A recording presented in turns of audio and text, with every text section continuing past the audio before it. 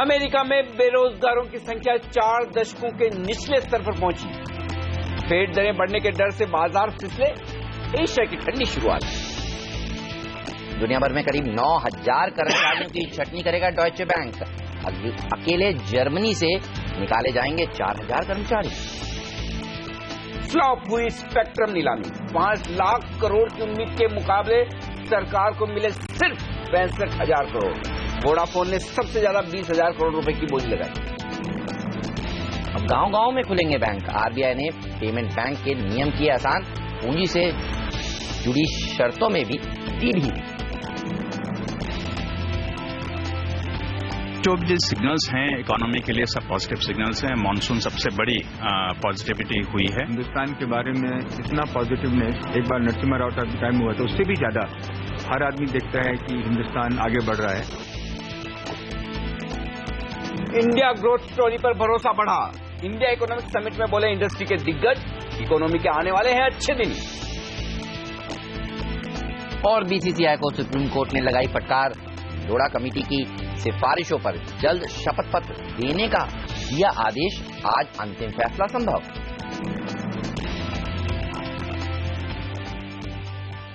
Economy के लिए तो आने वाले हैं अच्छे दिन, लेकिन क्या बाजार के लिए हफ्ते का आखिरी सेशन अच्छा होगा? सुस्त भरी शुरुआत होगी, ग्लोबल मार्केट खामोशी के मूड में, और कल के करेक्शन के बाद बाजार आज रिकवर कर पाएंगे तो कितना, ये है बड़ा सवाल। और क्लोजिंग पर 8,700 होल्ड कर पाएंगे या नहीं, इस पर होगा हमारा खास फोकस। नमस्कार, मार्केट काउंटडाउन में आप सबका स्वागत है। मैं हूं अनिल सिंह। नमस्कार, और मैं हूं हेमंत घई, और हमारे साथ जुड़ रहे हैं हमारे दो खास मेहमान, PowerMyWealth.com के सीईओ और फाउंडर संदीप वागले साहब, और अल्टामाउंट कैपिटल के प्रकाश दीवान जी भी हमारे साथ स्टूडियो में कुछ ही देर में जुड़ने वाले हैं। लेकिन आप देखिए, यूएस से अच्छे संकेत नहीं नजर आ रहे हैं। कल जिस तरह से वीकली जॉबलेस क्लेम का नंबर आया, वो थोड़ा चिंता में डालने वाला था। और अब चर्चा चल रही है कि अमेरिका में शायद ब्याज दरें जल्द बढ़ सकती हैं। और ये जो चिंता है, ये हर महीने में अब देखिए 1-2 बार आ ही जाती है, और उसके बाद सब लोग सोचते हैं कि शुक्रवार का जॉब डेटा का नंबर देखें और उसके बाद कुछ फैसला लें। लेकिन ये चिंता के चलते कितनी घबराने की जरूरत है? मुझे लगता है हेमंत, मूड तो पॉलिसी के आसपास ही बनाना चाहिए जब फेड की मीटिंग हो, क्योंकि उससे पहले कई बार आपको डेटा देखने होंगे, और हर बार ये होता ही है। डेटा थोड़े अच्छे आए तो आपको चिंता होगी कि यार ग्रोथ बढ़िया हो रही है, चलिए बेरोजगारी कम हो रही है तो दरें बढ़ सकती है। फिर कुछ तो कुछ ऐसा आएगा, या थोड़ा सा जिस तरह से यूरोप का डर फिर से बढ़ता हुआ दिख रहा है ब्रेक्जिट का, तो ब्रेक्जिट का डर तो नेचुरली अमेरिका को भी है, तो फेड उसको देखकर थोड़ा होल्ड कर ले। तो मेरे ख्याल से ये अंदाजा लगाना थोड़ा सा मुश्किल काम है। तो इन खबरों के दम पर कभी तेजी कभी मंदी, ये ग्लोबल मार्केट्स में चलता रहेगा बस। बिल्कुल। अब तो हर डेटा के ऊपर अलग अलग तरह से रिएक्शन आएगा, और आज देखना होगा यूएस का जो जॉब डेटा है रात वाला, वो किस तरह का होता है। तो सोमवार को भारतीय बाजार इसके ऊपर रिएक्ट करते हुए दिखेंगे। लेकिन आज के मार्केट को किस तरह से ट्रेड करना चाहिए? कल दिन के निचले स्तरों के आसपास क्लोजिंग हुई। सेकंड हाफ में अचानक देखिए प्रेशर देखने को मिला।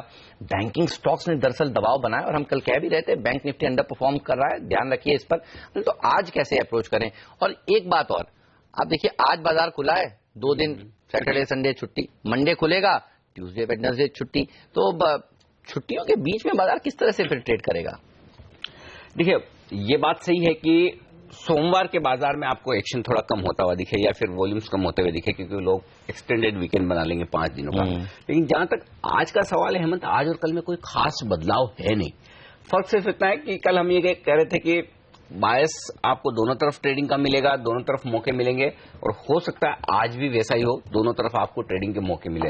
लेकिन हाँ, एक बात साफ है, जो लेवल्स हमने कल क्लोजिंग के लिहाज से कहे थे कि 8,700 के नीचे बंद हो तो खराब है, 8,800 के ऊपर बंद हो तो सुपर बुलिश है, उस रेंज में कहीं कोई बदलाव हुआ नहीं है। कल हम 8,700 के नीचे थोड़ी देर के लिए फिसले जरूर, लेकिन रिकवरी करके बंद ऊपर हो गए। तो क्लोजिंग बेसिस पर अभी भी स्टॉप लॉसेस ट्रिगर हुए नहीं है।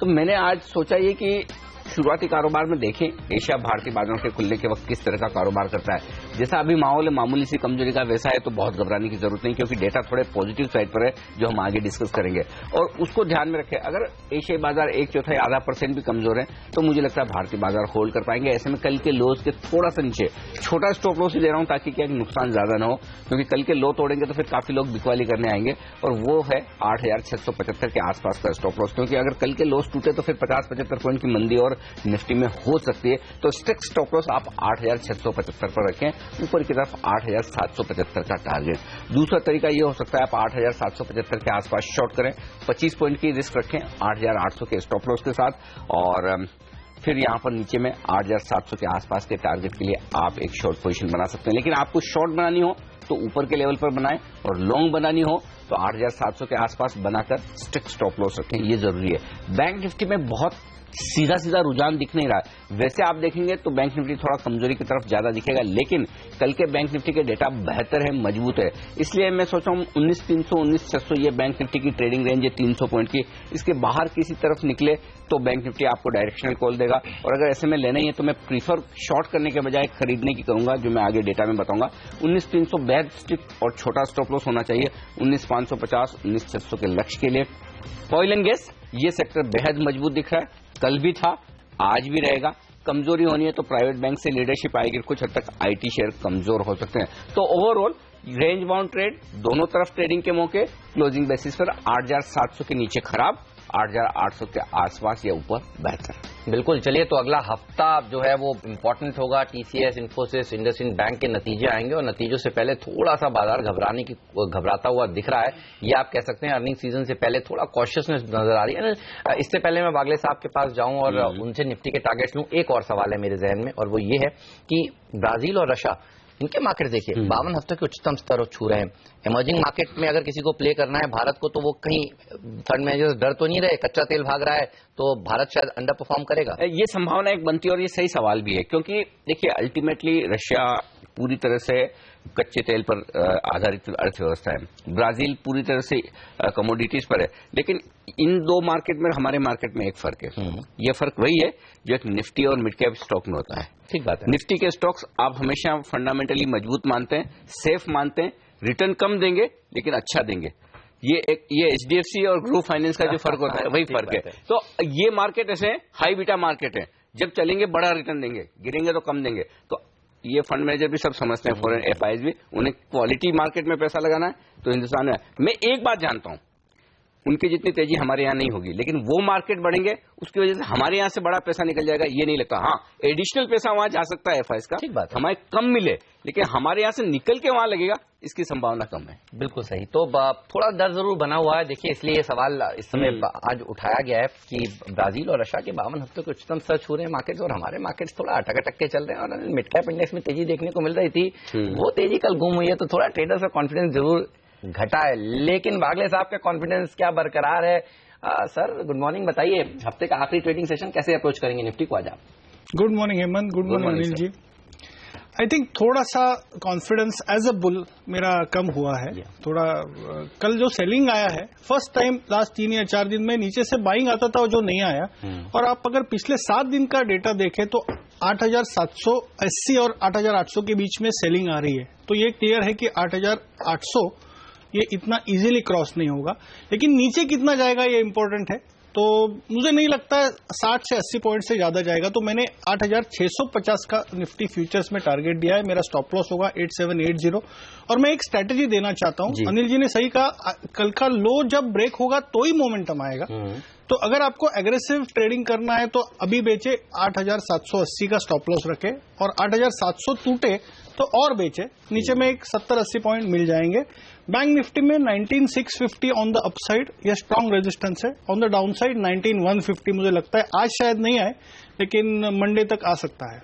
ओके, चलिए तो ये रहा है निफ्टी पर। बैंक निफ्टी पर तो थोड़ा सा कॉशियस रहने की इस समय जरूरत है आपको, लेकिन एक चीज जो अच्छी हो रही है लगातार वो है एफआईएस की तरफ से बाइंग का फिगर आ रहा है, बहुत बड़ा नहीं लेकिन 350 करोड़ रुपए की बाइंग कल कैश मार्केट में फिर हुई है। और इतनी बड़ी गिरावट के बाद अगर ये पॉजिटिव फिगर आए तो ये थोड़ा कॉन्फिडेंस को बूस्ट करता है। 100% है, मतलब इसमें कोई डाउट नहीं कि डेटा खराब नहीं है। और जो हम बात कर रहे हैं, देखिए छुट्टियों से फर्क ज्यादा ट्रेडर्स को पड़ता है, फंड्स को नहीं पड़ता, ठीक, क्योंकि वो एक दिन के लिए तो ले नहीं रहे, है ना।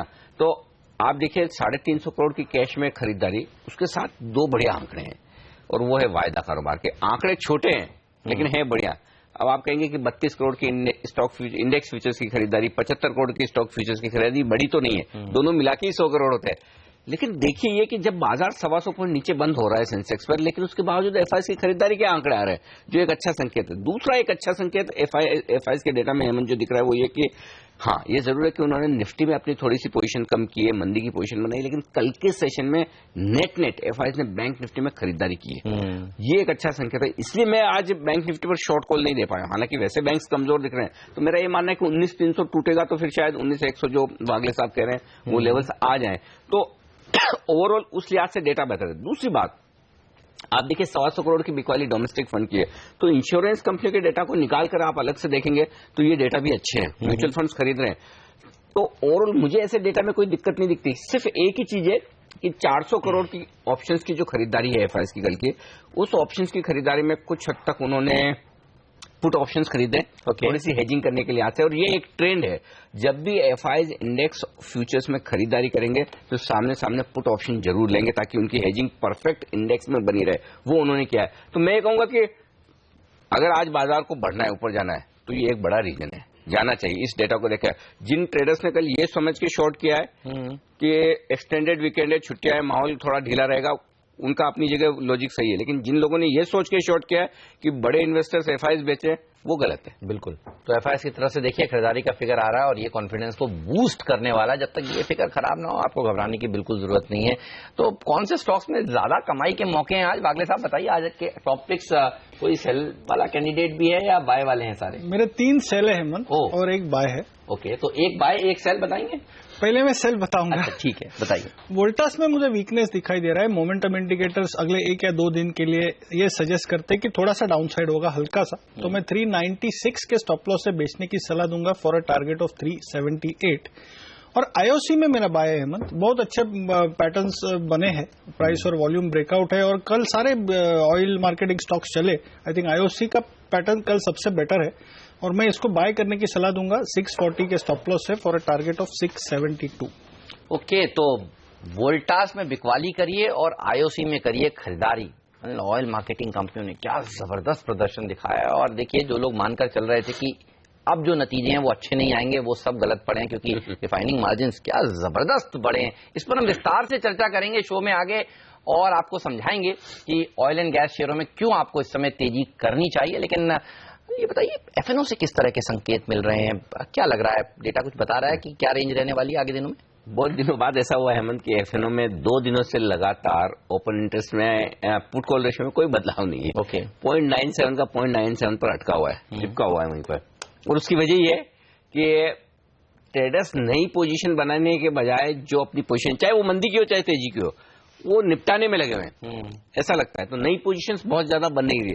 आप देखिए ना, डेटा भी जो हम बात करते हैं एफआईएस के 32 करोड़ की इंडेक्स की खरीदारी, 75 करोड़ 72 करोड़ की स्टॉक्स की खरीदारी, यानी कि उनकी तरफ से भी एक्शन कम है।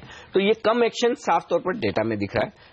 अब फर्क इतना ही है डेटा में कि निफ्टी में थोड़ी सी कमजोरी के संकेत कल आए थे, शॉर्ट साइड पर पोजीशन बनी, लेकिन बैंक निफ्टी में वीकली एक्सपायरी थी और वहां पर थोड़ी शॉर्ट कवरिंग, थोड़ी फ्रेश पोजीशन बनती हुई दिखी। तो हो सकता है कल बैंक निफ्टी पर दबाव थोड़ा वीकली एक्सपायरी की वजह से रहा हो। तो अगर संभावना बनती है रिकवरी की तो वो बैंक निफ्टी में बनती है, और अगर बैंक निफ्टी रिकवर हो जाए तो फिर आप ये मानकर चलें कि शायद 8,700 को आसानी से न तोड़े बाजार। तो ऐसे में आज आपका इंट्राडे मूव दोनों तरफ हो सकता है, लेकिन अल्टीमेटली क्लोजिंग बेसिस पर ही नजर रखनी है। तो तेजी करने वाले ट्रेडर्स के लिए आखिरी उम्मीद यह है कि इंट्राडे में 8,675 के नीचे फिसल जाए तो हल्के हो जाए, और अगर क्लोजिंग बेसिस पर 8,700 के नीचे बंद दें तो हल्के हो जाए। अदरवाइज भी लंबे वीकेंड, एक्सटेंडेड वीकेंड के पहले अगर हल्के होने में कोई नुकसान वाली बात है नहीं, क्योंकि डेटा में कोई खास बदलाव है नहीं। तो ओवरऑल मैं यही देख रहा हूं कि बाजार खुलने दें, उसके बाद एक डायरेक्शन लेने दें, अपने लेवल से लॉन्ग या शॉर्ट करें, खुलते ही ट्रेड ना करें, अनलेस कि आपको बड़ी गैप से ऊपर या गैप डाउन ओपनिंग मिले, तब तो अलग बात है। अदरवाइज आपको इंतजार करके लेवल्स पे ट्रेड करना चाहिए। ऑलराइट, चलिए अब वक्त है ब्रेक का। ब्रेक के बाद आपको हम ये बताने वाले हैं कि हमारे टॉप 5 एक्सपर्ट चार्ट्स को देखकर आज निफ्टी को किस तरह से ट्रेड करने की राय दे रहे हैं। साथ ही प्रकाश दीवान जी हमारे साथ जुड़ेंगे, उनसे जानेंगे उनके टॉप पिक्स, और ये भी बताएंगे 5 का पंच क्या है आज। जी हाँ, कौन से वो 5 स्टॉक्स हैं जो खबरों के दम पर आज आपके लिए कमाई करा कर दे सकते हैं।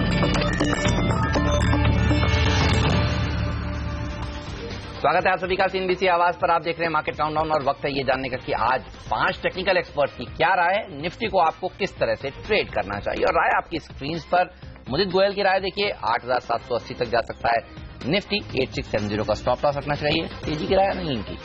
आशुतोष शर्मा भी तेजी करना चाहते हैं, 8,680 का स्टॉप लॉस उनका है, 8,780 का लक्ष्य। तो तीसरे एक्सपर्ट देखिए, ये है बेयरिश मानव चोपड़ा, कह रहे हैं बेचकर चलिए, 8,600 का टारगेट दे रहे हैं और 8,750 का एक स्टॉप लॉस भी। लेकिन स्वाति होतकर निर्मल मंग सिक्योरिटीज की वो मानती कि खरीदारी करने में है समझदारी, 8,620 पर लगाइएगा स्टॉप लॉस। 8,740 से 8,760 की रेंज में आपको मुनाफा वसूली कर लेनी चाहिए। अगर हमारे 5वें एक्सपर्ट देखिए और वो कह रहे हैं बेचकर चलना चाहिए। नीरव वखारिया ग्लोब कैपिटल के कह रहे हैं कि 8,655 का एक टारगेट देखने को मिल सकता है, 8,750 के स्टॉप लॉस के साथ बेचें। तो 5 में से 2 एक्सपर्ट बेयरिश, 3 बुलिश। तो मामला बराबरी का मिला जुला, दोनों तरफ मौके जो हम कह रहे हैं ट्रेडिंग के। तो ऐसे में लेवल्स नोट कर लीजिए, 5 एक्सपर्ट्स की राय के मुताबिक क्या निकल कर आ रहे हैं। ऊपरी स्तरों पर 8,750, 8,780 के पार जाना होगा मुश्किल, ये 30 पॉइंट की रेंज है रेजिस्टेंस। निचले स्तरों पर 8,650, 8,680, ये 30 पॉइंट की रेंज है बड़ा सपोर्ट, जिस पर होनी चाहिए आपकी नजर। और इस रेंज के जिस तरफ पहले निफ्टी पहुंचे, एक कॉन्ट्रा ट्रेड करें स्ट्रिक्ट स्टॉप लॉस के साथ। ओके, ये तो बात हुई निफ्टी की, लेकिन कौन से वो 5 स्टॉक्स हैं जहां पर आज हैं कमाई के मौके। आइए देखते हैं 5 का पंच। औरोबिंदो फार्मा, आज एक बड़ी ब्लॉक डील होने की पूरी संभावना, जहां प्रमोटर्स अपने पर्सनल रीजंस, व्यक्तिगत कारणों की वजह से स्टेक बेचेंगे और 810 से 830 रुपए का ये रेंज रखा गया है। लगभग 3% से 3.5% के आसपास की कल की क्लोजिंग प्राइस के नीचे ये डील हो सकती है। याद रहे, कल पॉजिटिव खबरें थी कि इन्होंने टेवा का एक्विजिशन नहीं किया, लेकिन उसके बावजूद स्टॉक ऊपरी स्तरों से फिसल गया। तो थोड़ा अंदाजा था बाजार को ये डील होने वाली है। अब जिस प्राइस पर डील हो, क्या वहां पर ही खरीद लेना चाहिए, ये बताएंगे थोड़ी देर में। चलिए, तो 810 से 830 का प्राइस बैंड है और एक्सपेक्टेशन यही की जा रही है कि प्राइस बैंड के अपर हिस्से में जाकर डील होगी। तो घबराने की जरूरत नहीं है। फार्मा कंपनी अच्छा प्रदर्शन दिखाएंगे। अगर बाजार कमजोर होगा तो आरती ड्रग्स पर भी रखी नजर, यहाँ एक और फार्मा कंपनी, और इसके लिए अच्छी खबरों का सिलसिला लगातार जारी है। पिछले हफ्ते भी खबरें आई थी कि एक एसेट बनाती है ओ एसेट, और उसके ऊपर चाइना से, क्योंकि वो एसेट का भारत में डंपिंग हो रही थी, एंटी डंपिंग ड्यूटी लग सकती है। और देखिए, कल देर शाम खबरें आती हुई कि एक एंटीबायोटिक की दवा है ये कंपनी बनाती है और ये भी चाइना से भारत में डंप हो रही थी।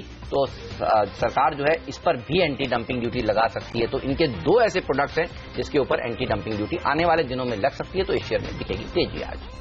IFCI और IDBI बैंक, 2 इंस्टीट्यूशंस स्टॉक पर रखिए नजर। और वजह यह कि इन दोनों ही इंस्टीट्यूशंस ने NSE में निवेश किया हुआ है। NSE के IPO की तैयारियां चल रही है। वित्त वर्ष 2018 के पहली तिमाही यानी कि अप्रैल 2017 से लेकर जून 2017 के बीच में NSE का IPO आएगा। आज सुर्खियों में ये दोनों शेयर इसलिए हैं कि NSE ने अपने IPO को, शेयर को स्प्लिट करने को लेकर और शेयरों में बोनस देने को मंजूरी दे दी। तो IPO के पहले जो इक्विटी प्रॉपर तरीके से स्ट्रक्चर करने का एक जरूरत होती है, वो NSE ने शुरुआत करी। तो IPO थोड़ा मोमेंटम पकड़ता हुआ दिखेगा और इस लिहाज से ये दोनों स्टॉक्स एक्शन में रह सकते हैं। साथ ही ये भी खबरें आ रही हैं कि डिसइन्वेस्टमेंट के ऊपर सरकार अब जोरों से सोच रही है और 52% तक हिस्सेदारी अपनी रखना चाहती है। इसको IDBI बैंक को एक्सिस बैंक की तरह बनाना चाहती है। तो ये खबरें भी प्रमुख अखबारों में है। तो IDBI बैंक पर आपकी नजर होनी चाहिए। लेकिन नजर रखिए HPCL पर भी। देखिए, कच्चा तेल तो दौड़ लगा रहा है, ऑयल मार्केटिंग कंपनियों में फिर भी तेजी देखने को मिल रही है। लेकिन अब देखिए, जो खबरें आई हैं, अब ये सारी की सारी ऑयल मार्केटिंग कंपनियां नॉन फ्यूल से अपना रेवेन्यू बढ़ाना चाहती हैं। हमने देखा BPCL ने उमंग नाम से एक कारोबार शुरू किया है, जिसके जरिए वो नॉन फ्यूल से कारोबार का आय बढ़ाना चाहती है। और HPCL ने कर्नाटका की कंपनी है नंदनी, उसके साथ करार किया है। यानी अब पेट्रोल डीजल के साथ साथ अनिल दूध भी मिलेगा इनके पंप्स पर, बस मिक्स ना हो जाए। चलिए, आखिरी स्टॉक JP एसोसिएट और ओरिएंट सीमेंट, इन 2 स्टॉक्स पर रखिए नजर। ओरिएंट सीमेंट में, JP सीमेंट में 74% हिस्सेदारी खरीदने जा रही है। 500 करोड़ रुपए में ये सीमेंट प्लांट खरीदा जा सकता है।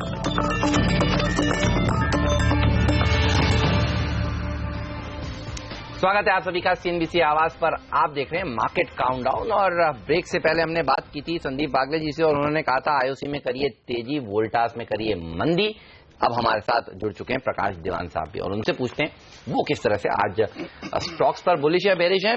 दीवान साहब गुड मॉर्निंग, बताइए कौन से स्टॉक्स पर आपकी नजर है आज के दिन? देखिए इवन मुझे जो अब मार्केट का सेटअप लग रहा है उसमें एक चीज बहुत क्लियर इंडिकेशन है कि 8800 का जो लेवल पार नहीं कर पा रहे हैं और मिड कैप में एक्टिविटी ज्यादा है, उससे एक सेक्टर रोटेशन या थीम रोटेशन शुरू हो चुका है। तो हो सकता है कि यहाँ पे और आंकड़े भी अगर आप देखें तो स्टॉक फ्यूचर्स के या इंडेक्स फ्यूचर्स के, तो एफआईएस की कोई बहुत ज्यादा उत्तेजना दिख नहीं रही अभी, पर I think it's more because of global setup इतना अनसर्टन सा अभी दिख रहा है। तो इस लिहाज से हो सकता है निफ्टी में तो थोड़ा करेक्शन बैंक निफ्टी को लेके भी खास करके आ सकता है, बट मिड कैप्स में और खास करके जो डिफेंसिव सेक्टर्स हैं वहां पे वापस झुकाव आएगा। तो मैंने जो आज के लिए चुना है वो है अल्केम लेबोरेटरीज। अब कुछ समय पहले ये 2-4 रोज पहले सुर्खियों में था फॉर द नेगेटिव रीजन कि इसमें इनके एक प्लांट में यूएस इंस्पेक्शन हुआ था, लेकिन ये याद लोगों को रखना चाहिए कि यूएस का कारोबार इनका बहुत ही कम है अभी। It's only 20% on top line, मतलब रेवेन्यू में 20%, एबिटा में करीब 12% है। इनका डोमेस्टिकली बिजनेस बहुत बढ़िया एस्टैब्लिश्ड है, और ये थोड़ा सा जो रन अप आया था ये एक हल्का करेक्शन भी आ गया, तो एक वैल्यू बाइंग हो जाती है इस लेवल पे। मेरा ये मानना है कि अगले 2-3 साल में इनके बहुत ANDAs हैं जो अप्रूव होते जाएंगे, और वहां पे इसको इंप्रूवमेंट मिलेगा। बहुत बढ़िया कंपनी है in terms of quality of management processes, तो इसको ध्यान दीजिए। थोड़ा सा महंगा लोगों को लगता है लेकिन एक्चुअली है नहीं, वैल्यूएशन के तौर पे भी ठीक ठाक रीजनेबली प्राइस है। 2222 का टारगेट रखा है मैंने, थोड़ा सवा साल में, मतलब 1 साल नहीं सवा साल इसलिए रखा है कि अगले ईयर एंड तक ये आपको बहुत बढ़िया रिटर्न दे सकता है। ये टारगेट 2222 न्यूमरोलॉजी के हिसाब से ये भी बैठ सकता है सर, क्योंकि अच्छा याद रह जाता है लोगों को। अगर आप सिर्फ 228 बोलता है या 2228 बोलता है तो शायद भूल जाते हैं। कॉन्फिडेंस है कि आप लोगों को टारगेट याद रखने पर मजबूर कर रहे हैं कि यानी क्या लोग याद रखेंगे। 2222 का टारगेट आएगा, याद रहेगा। और तो ये एक स्टॉक है जहां पर आपके लिए मौका खरीदारी का बन सकता है फंडामेंटल्स के लिहाज से। चलिए लेंगे एक छोटा सा ब्रेक, और ब्रेक के बाद हम कुछ और बेहतरीन पिक्स लेंगे, साथ ही वो स्टॉक्स जो आज एक्शन में रहने वाले उन पर बात करेंगे। हमारे दोनों एक्सपर्ट से बने रहिए हमारे साथ।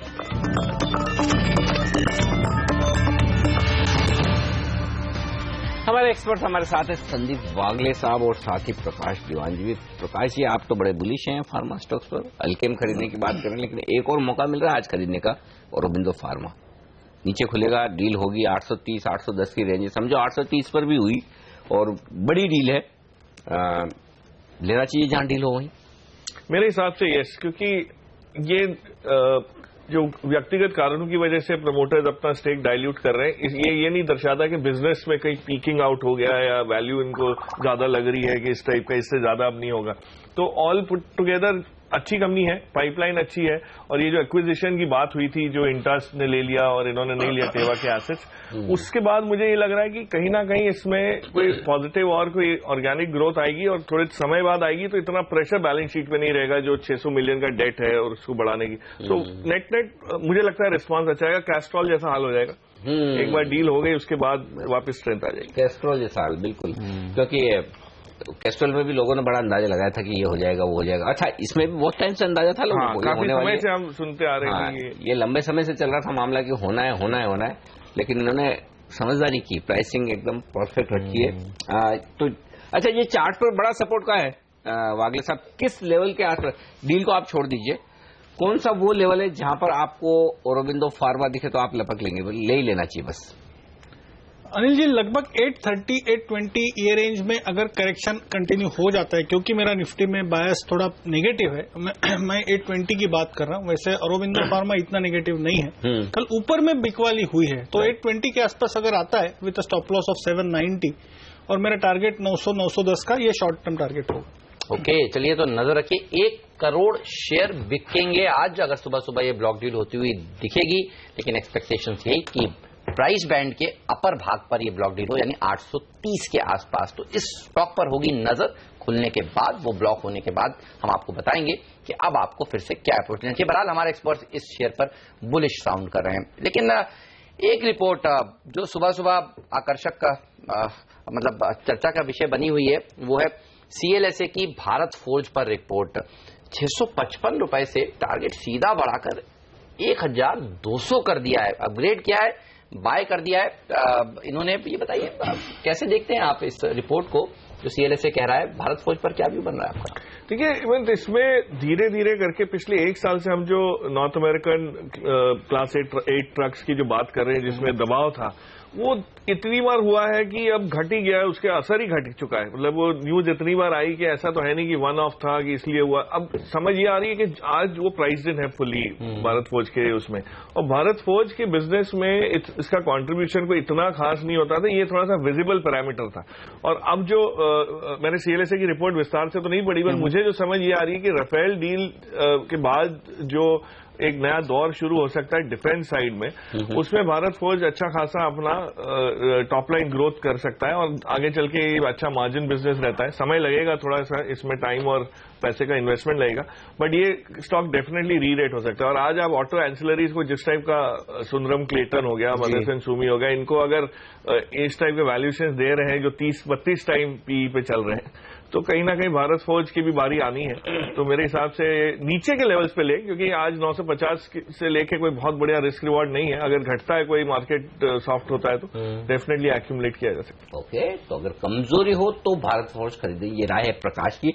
हमारे साथ जुड़ रहे हैं अब राकेश बंसल साहब, RK ग्लोबल के वाइस प्रेसिडेंट। और इंटरेस्टिंग बात है कि राकेश ने जो अपनी पिक्स चुनी है, 2 खरीदारी के मौके दिख रहे हैं और 2 शॉर्ट साइड पर भी है। तो राकेश, पहले तो ये कि आपने निफ्टी बैंक निफ्टी पर व्यू नहीं दिया, लगता है आपको मार्केट रेंज बाउंड दिख रहा है। और दूसरा ये कि जहां आपको खरीदारी के मौके दिख रहे हैं इस बाजार में, पहले वो दोनों स्टॉक बताएं।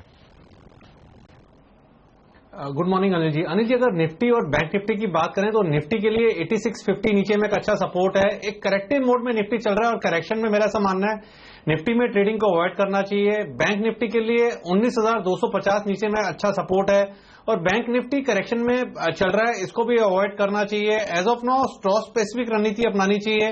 बाइंग करने के लिए मेरा टॉप पिक रहेगा गेल। अनिल जी, काफी बेहतरीन टेक्निकल स्ट्रक्चर है और एक वी शेप वर्टिकल रैली दिखाने का पोटेंशियल रखता है। गेल को बाय करके चलना चाहिए। 399 के स्टॉप लॉस के साथ ऊपर में 435 के टारगेट्स देखने को मिल सकते हैं। और दूसरा एक बाय कॉल है आदित्य बिरला नुवो पर। कल इस स्टॉक के अंदर एक ब्रेकआउट देखने को मिला है 1410 के ऊपर। 1370 के स्टॉप लॉस के साथ आदित्य बिरला नुवो को बाय करने की राय रहेगी 1495 के टारगेट के लिए।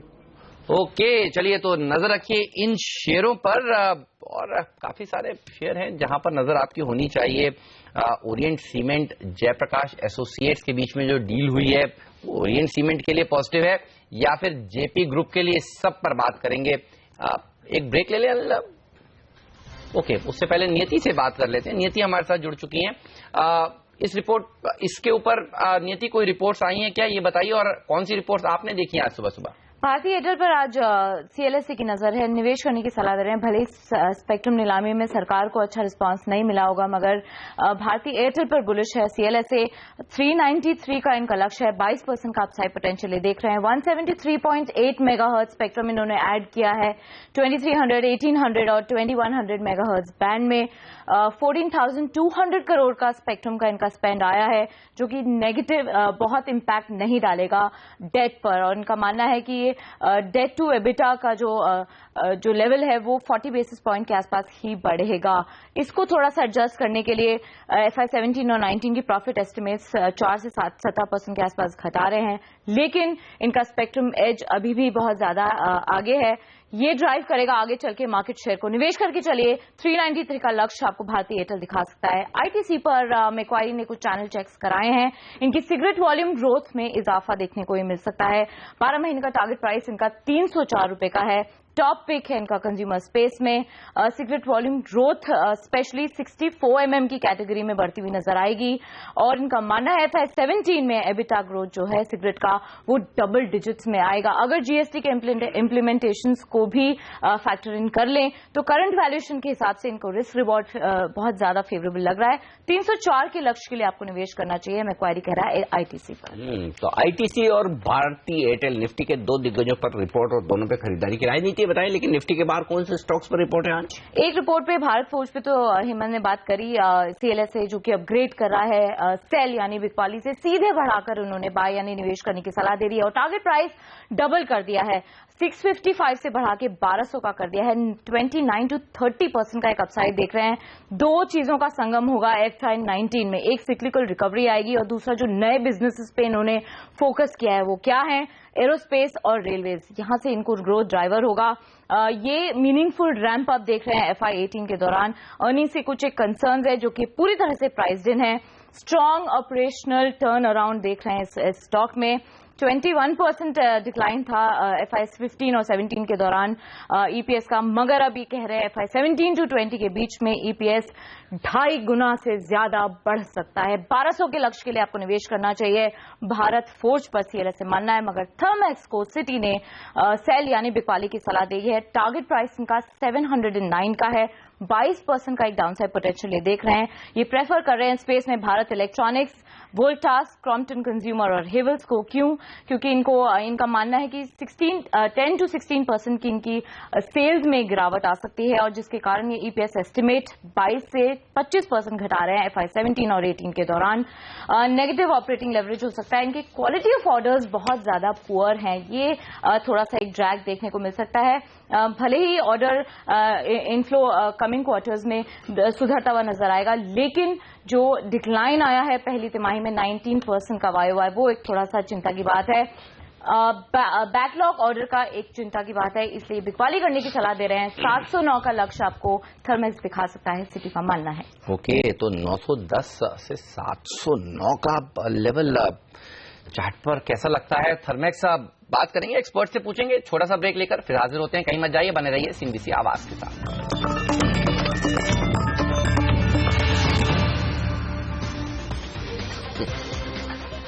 स्वागत है आप सभी का CNBC आवाज पर। आप देख रहे हैं मार्केट काउंटडाउन, और एक्सपर्ट्स का दमदार पैनल हमारे साथ बना हुआ है। राकेश बंसल जी दिल्ली से जुड़े हुए हैं, प्रकाश दीवान साहब और संदीप वागले साहब हमारे साथ मुंबई के स्टूडियो में मौजूद हैं। और बात करते हैं अब JP डील की। JP एसोसिएट्स ने कल, आप देखिए, अपनी जो सीमेंट की यूनिट्स हैं 2, वो बेची हैं। ओरिएंट सीमेंट ने ये खरीदी है, सीकर बिरला ग्रुप की ये कंपनी। और हाल ही में आपने देखा था ओरिएंट सीमेंट ने अपने पेपर और सीमेंट कारोबार को अलग किया था, और अब सीमेंट कारोबार को विस्तार करने के लिए ये एक्विजिशन उन्होंने किया है। सेंट्रल और ईस्टर्न इंडिया में इनका प्रेजेंस बढ़ जाएगा।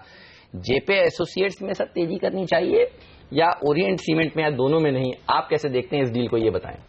नहीं, I think Orient cement definitely उसके लिए काफी पॉजिटिव हो सकता है, क्योंकि आज इनऑर्गेनिकली कैपेसिटी बढ़ानी और खास करके एक नई ज्योग्राफी में आपकी प्रेजेंस एस्टैब्लिश करनी बहुत बड़े मायने रखती है। क्योंकि आज जो बड़े दिग्गज प्लेयर्स हैं, अल्ट्राटेक, अंबुजा, ACC, उनके सामने ये जो मिड साइज छोटे प्लेयर्स हैं, ये कैसे लड़ेंगे? तो ये तभी लड़ सकते हैं जब ये कुछ पॉकेट्स, जो प्रॉमिसिंग पॉकेट्स है, वहां पे अपनी प्रेजेंस एस्टैब्लिश करें। JP के लिए कर्जा जो है वो कई ज्यादा है, और इससे जो 67,500 करोड़ रुपए का कर्जा है, ये तो एक, बट ठीक है, एक प्रोसेस है। हाँ जी, बट एक प्रोसेस की शुरुआत हुई है, तो उसकी को आगे इन्होंने कंटिन्यू किया। तो JP पे तो मुझे समझ नहीं आई कि इस पे पॉजिटिव असर क्या पड़ेगा, but Orient otherwise also positive लगता है। एक चीज बोलना चाहूंगा, सीके बिरला ग्रुप की कंपनी थोड़ा लंबा समय लेती है डिलीवर करने में, for whatever reasons, but करती है आगे चल के। ओरिएंट पेपर ने भी किया है, ये बात नहीं है। तो थोड़ी पेशेंस रखें, इस एकदम से उतावल करके ये नहीं कि आज न्यूज आई है तो ये बहुत जल्दी बढ़ जाएगा, बट जिस पॉकेट में है इट्स प्रॉमिसिंग। तो जल्दबाजी में ना खरीदें, आराम से अपने लेवल से खरीदें, ये राय है प्रकाश की। राकेश, आपसे एक स्टॉक पर राय लेना चाहता हूं, और वो है आरती ड्रग्स। आज फिर से खबरें आ रही कि एक एंटीबायोटिक जो ये इंपोर्ट करते हैं चीन से, हम हिंदुस्तान में किया जाता है, उस पर एंटी डंपिंग ड्यूटी लगाने का एक केस बनता है। पहले भी खबरें आई थी, स्टॉक भागा भी था इन खबरों के दम पर। कंपनी ने शिकायत दर्ज करवाई थी सरकार के पास, और सरकार इस पर सोच विचार कर रही है, हालांकि अभी तक लगी नहीं है एंटी डंपिंग ड्यूटी। आरती ड्रग्स क्या कहीं कोई मौका दे रहा है खरीदारी करने का, या दूर है? नहीं अनिल जी, दूर तो बिल्कुल नहीं रहना चाहिए। काफी प्रॉमिसिंग टेक्निकल चार्ट स्ट्रक्चर है। 640 के ऊपर एक बड़ा ब्रेकआउट हमने देखा है। एंड अनिल जी, इस ब्रेकआउट के जो टारगेट हैं वो रफली अराउंड 735 से 740 के हैं। प्राइस वॉल्यूम एक्शन काफी स्ट्रांग है, स्टॉक को खरीद के चलना चाहिए। चलिए, तो खरीदारी करनी चाहिए इस शेयर में, ये राय निकल कर आ रही है आरती ड्रग्स पर। कैस्ट्रॉल, ये स्टॉक भी फोकस में रह सकता है। सर चार्ट देखकर बताइए कैसा लगता है वागले साहब। ये BP को 3,500 फ्यूल स्टेशन खोलने के लिए भारत में लाइसेंस मिल गया है, तो कैस्ट्रॉल की क्योंकि पेरेंट कंपनी है BP, तो कैस्ट्रॉल में क्या तेजी बन सकती है? चार्ट आपको कैसे लगते हैं? हेमंत, शॉर्ट टर्म थोड़ा सा करेक्टिव मूव आ सकता है 7-8 रुपए का, लेकिन वो बाइंग अपॉर्चुनिटी होगा। और मुझे लगता है आप अगर कुछ हफ्तों की या 1-2 महीनों की बात करें तो 480 to 490 का इसका टारगेट बन सकता है। तो ये आपके लिए 480 to 482 to 490 ये रेंज है प्राइस का। ओके, 490 तक जा सकता है, ठीक है। हमारे दो एक्सपर्ट और हमारे साथ जुड़ रहे हैं इस वक्त, एंजल ब्रोकिंग के फंडामेंटल एक्सपर्ट मयूरेश जोशी और मोनार्क नेटवर्क के विश्वेश चौहान जुड़ रहे हैं, वायदा कारोबार के हमारे एक्सपर्ट हैं। आप दोनों से बात करूं उससे पहले एक खबर में पढ़ा था, मैं सोच रहा हूं उस पर एक राय ली जाए। रेडिंगटन, इस स्टॉक पर पूछना चाहता हूं, स्टॉक पे बाद में बात करेंगे। आज से हिंदुस्तान में आईफोन 7 और आईफोन 7 प्लस की बिक्री शुरू हो रही है, तो पहले एक पोल करवाया जाए कि कौन कौन खरीदने के मूड में, भले आज खरीदना जरूरी नहीं, कौन सोच रहा है ये खरीदे, उससे मैं फिर स्टॉक का अंदाजा लगूंगा। सर उससे पहले कौन अफोर्ड कर सकता है वो तो मैं तो क्वालिफाई नहीं होता सर। ये सब तो मुझे पता है कि कौन यहाँ पे जो बैठे हैं सब अफोर्ड कर सकते हैं। सिंपल फोन यूज करता हूँ सर, तो वो आपकी चॉइस है, खरीदेंगे नहीं। वागले साहब अफोर्ड नहीं कर सकते कोई मानेंगे नहीं, लेकिन सही बोलिए। मेरा फोन अच्छा चल रहा है। अच्छा चल रहा है, चलिए ये भी देख। अच्छा मयूरेश।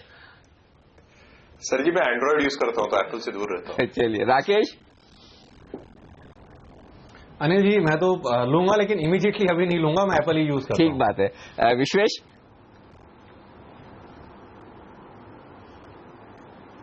जी मेरे ख्याल से एंड्रॉइड काफी अच्छा सूट होता है, आईफोन एक्सोटिक हो गया है फॉर ह्यूमन लाइक अस। तो चलिए, हाँ तो आईफोन लेने वाले में मैं भी हूँ, तो मैं और राकेश हम लेंगे, मतलब आज का आज नहीं लेंगे, शाम को लेंगे, कमाई की बात है। तो अभी आईफोन 6 भी हम तो पीछे मतलब बाद में ही खरीदा है, तो थोड़े दाम कम हो जाए उसके बाद, लेकिन हाँ ठीक है। चलिए अब बताइए कि शेयर कौन खरीदेगा, मयूरेश आप खरीदेंगे या प्रकाश आप खरीदेंगे? मयूरेश आपको रेडिंगटन का शेयर पसंद है क्या? नहीं Anil ji, I think business model देखिए, आईफोन भले आए लेकिन आई थिंक ये ट्रेडिंग मार्जिन पे ही काम करता है, तो मुझे लगता है कोई ग्रोथ मॉडल नहीं है इन दैट बिजनेस, तो I think it's more a trading bit मेरे ओपिनियन में। प्रकाश शेयर पे क्या राय? रेडिंगटन पे पॉजिटिव हूं मैं तो काफी, सिर्फ आईफोन नहीं, जो जिस हिसाब से ई कॉमर्स बढ़ता जा रहा है, इनका तो हुलिया ही चेंज हो गया इस कंपनी का। और जीएसटी के बाद तो ये इन्होंने जो वेयर हाउसिंग काफी पहले शुरू कर दिया था जीएसटी की उसमें अपेक्षा में, तो चेन्नई में अगर इनका जो फुल्ली ऑटोमेटेड यूनिट देखिए, बाकी जगह पे देखिए, तो इसमें एक ही चीज लोगों को याद रखनी चाहिए, मार्जिन थोड़े कम होते हैं, कमोडिटी बिजनेस है ये, टॉप लाइन ग्रोथ बहुत अच्छी दिखेगी, मार्जिन आपको 2.5-3% का होता है, लेकिन वहां 10 बेसिस पॉइंट भी अगर बढ़ जाए तो बॉटम लाइन काफी इंपैक्ट होती है। तो लोग इसको क्वालिफाई नहीं करते फंडामेंटली कि इसमें मार्जिन 2.5% ही है, लेकिन ये बिजनेस ऐसा है। तो मेरी समझ में ये है कि रेडिंगटन अच्छा है, पर थोड़ा सा पेशेंटली होल्ड करें, it can become a multibagger, क्योंकि इस स्पेस में बहुत कम लोग हैं जो लिस्टेड। फोन खरीदना नहीं, शेयर खरीदना है। फोन महंगा तो नहीं खरीदेंगे, शेयर सस्ता इसलिए शेयर खरीदेंगे, ऐसा प्रकाश की राय। चलिए ये है आज एक्शन वाला शेयर। देखते हैं आईफोन की बिक्री आज से शुरू होने वाली है हिंदुस्तान में, कैसा रेस्पॉन्स मिलता है वो देखने वाली बात होगी। हाँ बाहर तो सुपर हिट है, इसमें कोई डाउट नहीं। चलिए लेंगे एक छोटा सा ब्रेक, ब्रेक के बाद वायदा कारोबार की रणनीति लेंगे विश्वेश से और कुछ स्टॉक्स पर राय लेंगे मयूरेश से। बने रहिए हमारे साथ।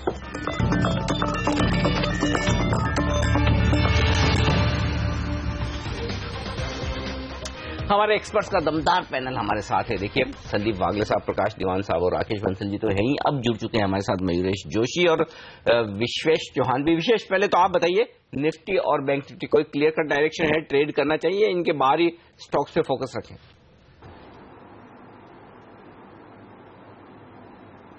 गुड मॉर्निंग अनिल जी। सी हमारा ऐसा मानना है कि कल के ट्रेडिंग सेशन में जिस तरह से 8800 के आसपास में ऑप्शन राइटर आके जो राइटिंग करके गए थे, वो क्लियरली इंडिकेट करता है कि अपसाइड तो फॉर द सीरीज एटलीस्ट अगले 5-10 दिन तक कैप लग रही है। एट द सेम टाइम जिस तरह हम सर्जिकल स्ट्राइक के बाद ऊपर आए थे और 8500 8600 पे पुट राइटिंग हुआ था, वो इंडिकेट करता है कि 8600 पे पुट राइटिंग भी काफी अच्छी हुई है। सो मोर और लेस अगर आप देखो तो मार्केट में वॉलेटिलिटी बनी हुई है, लेकिन 86-88 की रेंज है। सो फॉर आज के दिन के लिए हम निफ्टी अगर ऊपर आती है फ्यूचर में 8750 तो 8780 के स्टॉप लॉस से बेच सकते हैं। फ्यूचर में हमको 30-40 पॉइंट नीचे मिल सकता है 8680 तक। लेकिन हमारा ऐसा मानना है कि मोर और लेस अगले 5 से 10 दिनों तक रेंज बनी हुई है, तो उसके अंदर में एक स्ट्रेटेजी है जिसको शॉर्ट स्ट्रेंगल बोलते हैं, जिसके अंदर कॉल और पुट दोनों अलग अलग स्ट्राइक की बेचते हैं। तो 8600 का पुट और 8800 का कॉल बेच दीजिए, टुगेदर आपको जो क्रेडिट मिलेगा समय अराउंड 140 मिलेगा। तो आप मोटा मोटी पकड़ के चलिए तो नीचे में 85, 50 और ऊपर में 8900 तक की रेंज बन जाएगी और आप उस रेंज के अंदर में आपको कोई नुकसान नहीं होगा। अगर मार्केट यहीं रह जाता है 3-4 दिन तक तो मेरे ख्याल से थीटा डीके का आपको बेनिफिट मिलेगा। आप 8700 का स्ट्रेडल भी बेच सकते हैं, उसके अंदर भी अच्छी 200 पॉइंट की रेंज बन जाएगी। सो स्लाइटली 5-10 दिन के लिए रेंज बनाइए, अगर दिन के लिए करना है तो उछाल पे बेचिए। चलिए, तो ये राय निफ्टी पर निकल कर आ रही है, लेकिन ऑयल एंड गैस सेक्टर, ये सेक्टर देखिए इस हफ्ते का बेस्ट परफॉर्मिंग सेक्टर रहा है। ऑयल मार्केटिंग कंपनियों ने भी अच्छा प्रदर्शन दिखाया है, अपस्ट्रीम कंपनियों ने भी बेहतरीन प्रदर्शन, और कल भी देखिए कमजोर बाजार में ये शेयर सब के सब टिके हुए थे। अच्छी तेजी यहां पर बनती हुई दिख रही है।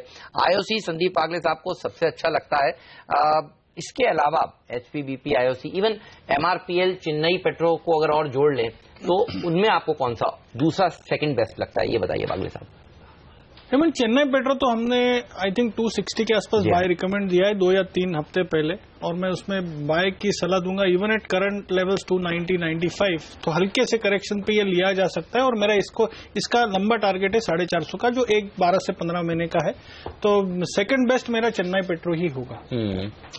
मयूरेश, क्या कुछ बदल रहा है क्या इन कंपनियों के लिए? इतनी तेजी अचानक से होती दिख रही है, वो भी तब जबकि क्रूड इतना चढ़ा हुआ है, लेकिन उसके बावजूद ये शेयर सब भाग रहे हैं। ओएमसीज अगर आपको पसंद है तो बताइए, और कौन से share?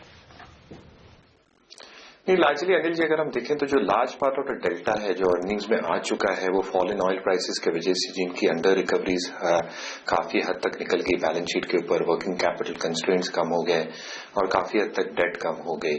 The other kicker for the stock going ahead at the current juncture, जैसे क्रूड ऑयल प्राइसिंग हो रही है और जो एशियन जीआरएम्स है, I think they have rebounded in a very sharp manner. तो इसका एक क्लियर कट इम्पैक्ट इनके जीआरएम्स में देखने मिलेगा। और इनकी खास बात यही है कि जो डिस्टिलेट्स करते हैं ये मिडिल और हेवी डिस्टिलेट्स होते हैं, जिसका मतलब यही होता है कि जीआरएम्स में जब बढ़ोतरी होती है तो they get benefited the most. दूसरी बात, जो मार्केटिंग मार्जिन्स की हम बात कर रहे हैं वहां पे हमने इंक्रीज डेफिनेटली देखा है बोथ पेट्रोल एंड डीजल, पर वहां पे स्कोप है further increase and that can further trigger their earnings growth going ahead.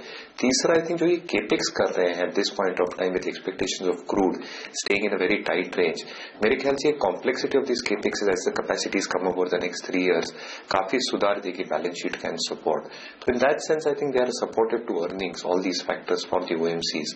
इसलिए मेरी राय यही है कि आई थिंक पॉजिटिव व्यू रखता हूं। जो ओएमसी स्टॉक्स होल्ड करते हैं, आईओसी हो, बीपीसीएल हो, एचपीसीएल हो, आई think they should definitely keep on holding these stocks. चलिए, होल्ड करिए। और बेस्ट स्टॉक आईओसी के बाद अगर कोई लगता है वागले साहब को तो वो लगता है चेन्नई पेट्रो का। और एशिया के जो जीआरएम्स में सुधार देखने को मिला है, इस बार नतीजे अच्छे आएंगे। बाजार में पहले लोग मानकर चल रहे थे कि नतीजे अच्छे नहीं आएंगे, और आप देखिए तेजी इसलिए हो रही है क्योंकि अब एनालिस्ट अपने एक्सपेक्टेशंस को ऊपर की तरफ रिवाइज करते हुए दिख रहे हैं। लेंगे ब्रेक के बाद और काफी स्टॉक्स हैं जहां पर एक्शन भरपूर है। इसके अलावा हमारे एक्सपर्ट्स के टॉपिक्स भी आपको बताएंगे। आप बने रहिए सीएनबीसी आवाज के साथ।